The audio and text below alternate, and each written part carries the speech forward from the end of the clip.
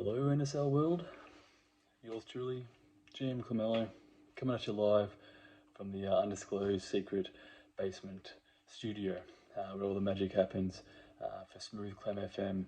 The next episode, this one, look, candidly called let's clear the air, because I think it was worthwhile and due for me to at least touch base with all of you and just sort of say my piece and just clear the air a little bit. Kind of feel a bit sort of dirty with how a lot of sort of things went on or how things could have been perceived. So I'm happy to, like I said, put in my 2 cents and and just sort of see my perspective, hopefully. So, I hope all of you enjoyed your Easter. For us, it was a long weekend, so it was much needed, I think. So, just a bit of a precursor. As some of you might know, I've actually injured myself playing or balling. Did my calf, and it's good news, no sort of major tearing or anything like that. But it has kept me off work, so that's why I've been a little bit sort of stir crazy. Probably pissing a lot of you boys off, just sort of hitting you in the DM with multiple scenarios, and probably having too much time on my hands to do my head in over what was needed on the Kings and what was out there in terms of the trade front. So and look, we'll jump straight into it. Just from my perspective, how I sort of normally deal with trades, which a lot of you may know or be well accustomed to, is I don't necessarily go around shopping everyone's players, without even talking to them or having any idea on how I might pull it off.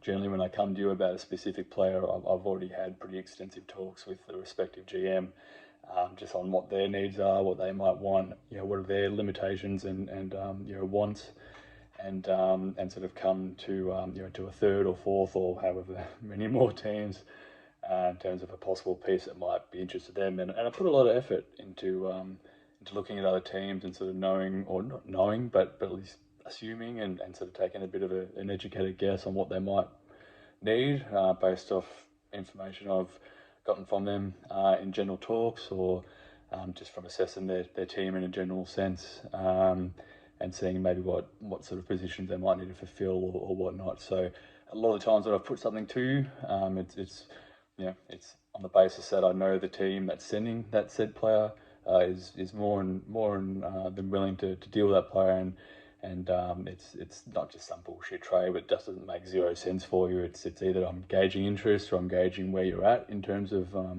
your timeline of your team and what the direction is. Because in the long run, I thrive off trading. That's how I build. You all know how allergic I am to draft picks and how I don't really sort of see, or at least get a lot out of going to the draft in terms of team building. So trading is where I'm at. So it doesn't really help my cause at all if I go around and try and burn bridges, trying to be some shifty cunt, essentially, because in the end it just means you're not going to deal with me. So that's not my angle. That's not my I know I can come across as pretty arrogant and pretty, I guess, upfront, or at least, or condescending at times. I get that. It's obviously tone's hard to portray across messages, Discord and whatnot. But I just have a lot of passion, have a lot of sort of, want for both the league to be successful, obviously the Kings to be successful, and a lot of you blokes I sort of know pretty well. So I also keep tabs on a lot of your teams and sort of root for a lot of you and sort of want to see certain teams make the next leap, or maybe take a couple steps back, because that's what's sort of needed. And look, I'm off with a lot of my calls, a lot of my sort of banter, a lot of everything. And if I haven't been self-aware enough to call myself on it, I'm more than happy to take a bit of a beating in the Discord channel. So you'll never see me sort of get caught up in my feelings or taking things to heart or anything like that. And you definitely should be taking anything I say seriously. And look, if I've said something that's out of line, or I've maybe said something that's hit a little bit too close to home, dude, like, hit me up in the DMs, whatever, call me out. I've had a few blokes who have sort of approached me like that, and I've straight away been like, look, mate, I was unaware. That wasn't my intention whatsoever, and I'm happy to clear that up if it's ever in question. Because again, this outside of sort of family work and everything, this is where most of my time goes, or where all my time goes, whether it's balling or fantasy. So, and this is the most elite of fantasy playgrounds. So, I take it serious, and I'm not here to sort of make any enemies. So. It doesn't help my cause whatsoever. Look, with the trade specifically that we had between, obviously Rootsy, myself, Ethan, Lattice, and off the top of my head, I can't. Justin, the new guy as well. That was only ever done or the intention was only ever to do it in 2 pieces solely because. A couple of pieces were close to being trade blocked, so they weren't going to be able to be moved outside of that 48-hour window. So we put the first part of the trade up, and obviously everyone accepted it, and everyone was good to go. For the only teams that really were possibly going to be included, or definitely included in the second part, were obviously Ethan with what you see with his return, giving out the first and whatnot, Troy Brown. And the Lakers, possibly, depending on what sort of shaped up with the second trade. But the second part of it was very much so pretty much decided on, or at least in the stages of being finalised. And I'd sort of prided myself on getting a pretty good deal for all parties involved, so I was pretty confident that the second part was going to go through no issues, or I'll be able to sort of draw some value from either myself or another team to get the job done. And look, trust me when I say there was 3 or 4 different scenarios where it was pretty much at the right finish line, and then it just got caught up in specifics and sort of fell apart. So and look, in the end, me and Ethan, who know each other pretty well, I buddied him when he first came into the league, and me and him are in multiple fantasy leagues across the board on whether it be Yahoo single leagues or what have you. So we know each other pretty well. And look, I don't need to preach to anyone or prove a point to anyone. Ethan knows what I'm about and what my intentions are, and so the only time he was ever sort of a bit uncomfortable, which is probably the reason why I was getting a bit uppity about it, was just copping a bit of shit on the trade front, or at least in the comment sections and things like that, and sort of feeling like, I got the raw end of this, which, if you're going to base it solely on that first part, yeah, of course he did. It's he's not getting value on those pieces that he was sending out, so I get that as well. But me and him are at an understanding at least that what's owing to him will come in due time, so keep that in mind. Next time the Kings take a big L, it's not because of shitty GMing, which it very well can be, but also it's because I'm doing the right thing and sort of giving Ethan his due. So just be wary. All good. And look, obviously, I want to also address the comment I made in Discord, just sort of mentioning that other GMs had sort of not so much backed out of deals. That's probably the wrong wording, so that's my bad on that sort of front. But yeah, we were very close with a lot of deals being done, and I sort of felt that in the end, the main pieces were all sorted. It was just really sort of getting the sort of value even on both sides, whether it's a second here or some points there, or a young throw-in dude here, and that's where it was getting sort of a bit cloudy and sort of the deal was falling apart, which I sort of felt was a bit of a cop out in terms of some GMs involved just wanting to because the whole deal sort of got dragged out for so many days, and you had time to think, had time to sort of receive feedback from people in terms of how the first part went down. Sort of feel some people got some cold feet and used that as a bit of a scapegoat. But look, I'm just assuming I could be way off, and if I am, fair enough, my bad. And look, I'll take it, cop it on the chin, and sort of course take some of the blame in terms of things maybe not panning out how they should have, and and that can, I guess, be attributed to my sort of style in trade talks and how I just go about negotiations, which can be pretty full on. I fire a lot at you and everything. I'm really just trying to process, engage the value, trying to see your perspective, see where you're at in terms of certain guys. Everyone knows that everyone evaluates different players differently and has different sort of perspectives. So it's just to really just nut out a good offer, because in the end, I'm not here to fleece anyone. I've never been about that. If anything, all the money is getting the fleecing. So. But yeah, again, tying back to the whole thing where my angle isn't to sort of burn bridges or to piss people off, because it doesn't help me, because that's my way of building my teams, and I have done so for many years.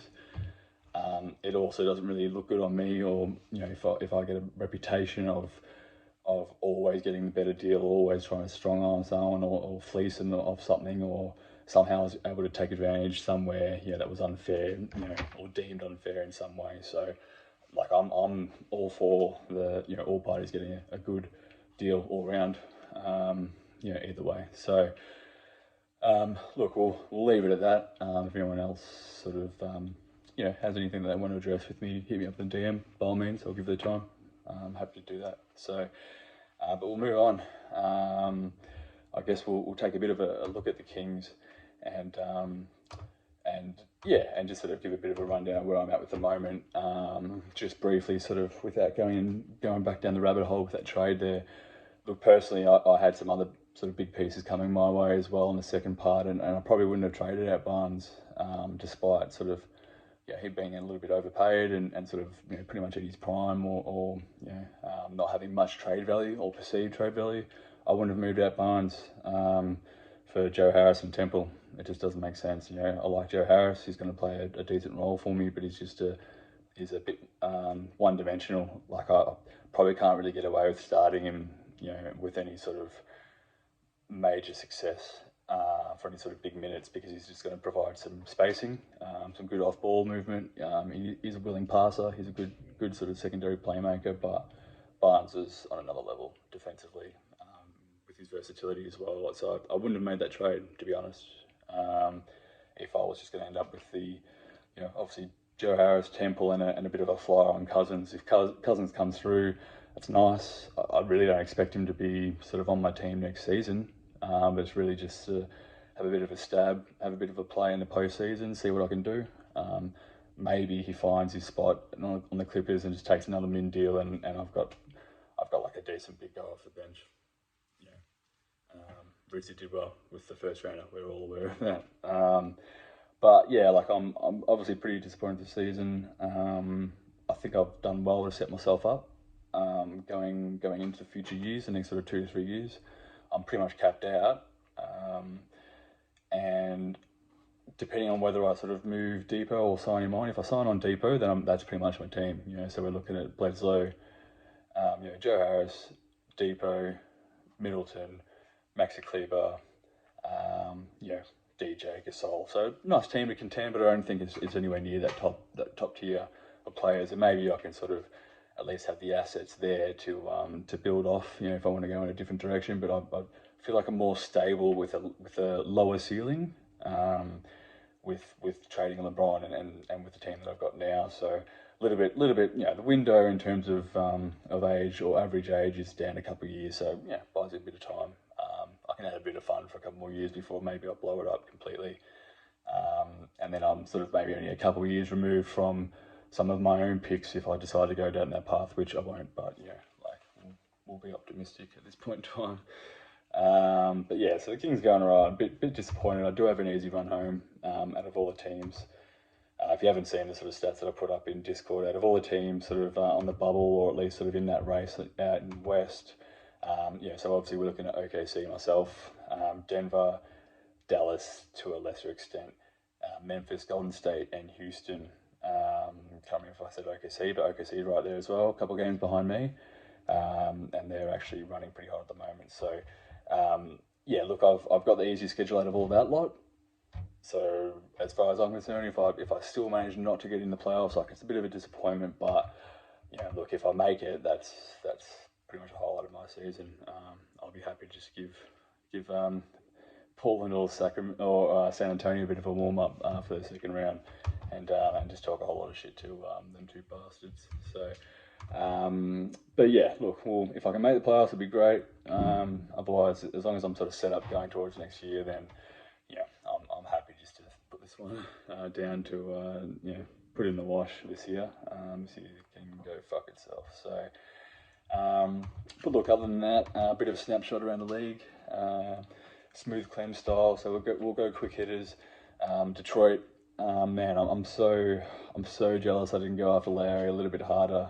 Yeah, he's on the 1 year. He's 35 or whatever the fuck he is, but him and Irving, like healthy, man, like they already have like arguably the best front court in the league, and one of the best guards in, of course, Irving, but with Lowry as well. Like, you imagine like Lowry, Irving, throw in whoever they want in terms at three, whether it's Jeff Green or Carmelo, and then obviously we've got Bam and Gobert as a front court. So look, that team's pretty much demolishing anything out at East, bar maybe sort of Washington if they figure things out after trading Dame for Cat and Charlotte. So.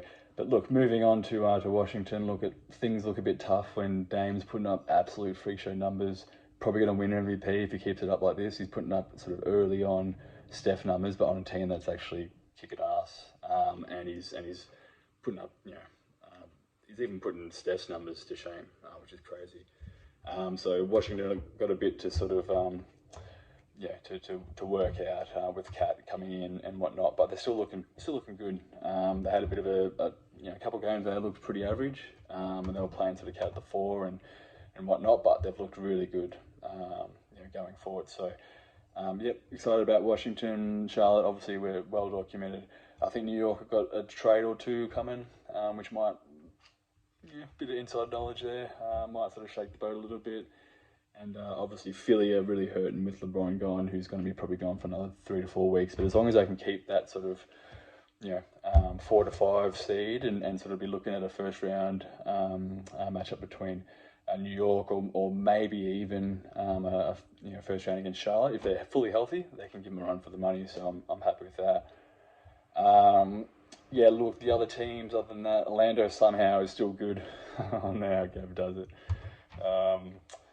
So they're still in the hunt, and they'll probably be in the 8. And really sucks for Toronto. With I think I'm pretty sure some trip, and Hayward is out for a month, which is fucked. They just traded. Bryant goes down for the year. They make this big trade, sending out LeVert and Mitch, and now Mitch is fucking broken foot, which. I'm not going to tell. I love Jesse too much to fucking throw salt in the wounds there. So it is what it is. But we all have to deal with it. Pete's on the verge up. He's got CJ back, which is making all the difference. Obviously, can't really argue when a guy's coming in and giving you sort of mid 30 to 40 points a game on elite efficiency. So of course it's going to have you winning games. So no shocker there. Brooklyn are free falling, obviously. Don't have Drummond anymore. D'Lo's, still out. I don't know what's happening with him. And obviously we've got, Milwaukee. Bauer's had a bit of a run there, and then he's lost 4 straight now. So he's back to sort of realising that he shouldn't be probably winning many more games. And then obviously we've got Atlanta and Boston. You won't be going anywhere. Atlanta on a 17 loss streak at the moment, which it's to design, but it's pretty crazy. Going out west, obviously Portland, 41 wins. I don't think they're going to lose again unless there's some serious injuries. San Antonio, JJ likes to kills me. Big Red, his team is killing it, and it looks like it's a 2-man race. Obviously, let's be real. Leroy, obviously, they could pull it off against either one of those teams. I think. They got.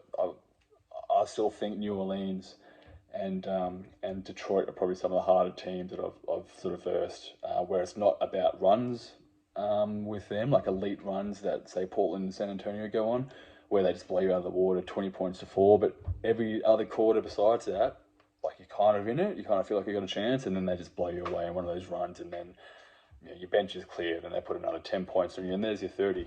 So that's, you kind of like, maybe a few settings here or there. If I've got a defensive matchup here or there, maybe I might stick with them. You'd still lose, but maybe it might be competitive. But New Orleans and Detroit, at no point in any time in the games that I've played them have I felt like I was in there with a chance. It was just like bang, bang, bang. They just don't miss, just don't make mistakes. Like, just too rock solid. Whether it's Detroit with the front court on the boards, just demolishing your second chance points, like you got nothing, or New Orleans with that three-headed guard rotation they've got in Terry, Donovan Mitchell, and Morant. They just hit everything, and all their role players are just off the chain. We've got Clippers who are making some noise. They may or may not make a move. They probably don't have to, but now that they've got a few better pieces to complement Giannis and don't have to cheese on him so hard, they can rely on him to be more of a threat at three. I really like them. Dallas are probably in the midst of making a big sort of roster change, so we don't really know what's going on there. KD, who the fuck knows? So they might drop a little bit, but I still expect them to be in the 8. Memphis are cruising. They're just clicking on all cylinders. I wouldn't be surprised if they take, or they will take that 5th spot. I think they're too far back from Clippers unless something crazy happens.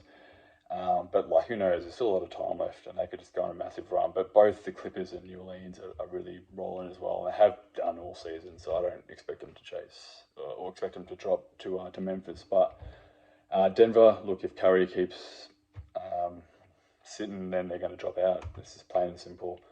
And I think Golden State, with getting Wiggins, which has been a great pickup, Clay's now flicked the switch and he's competing, obviously.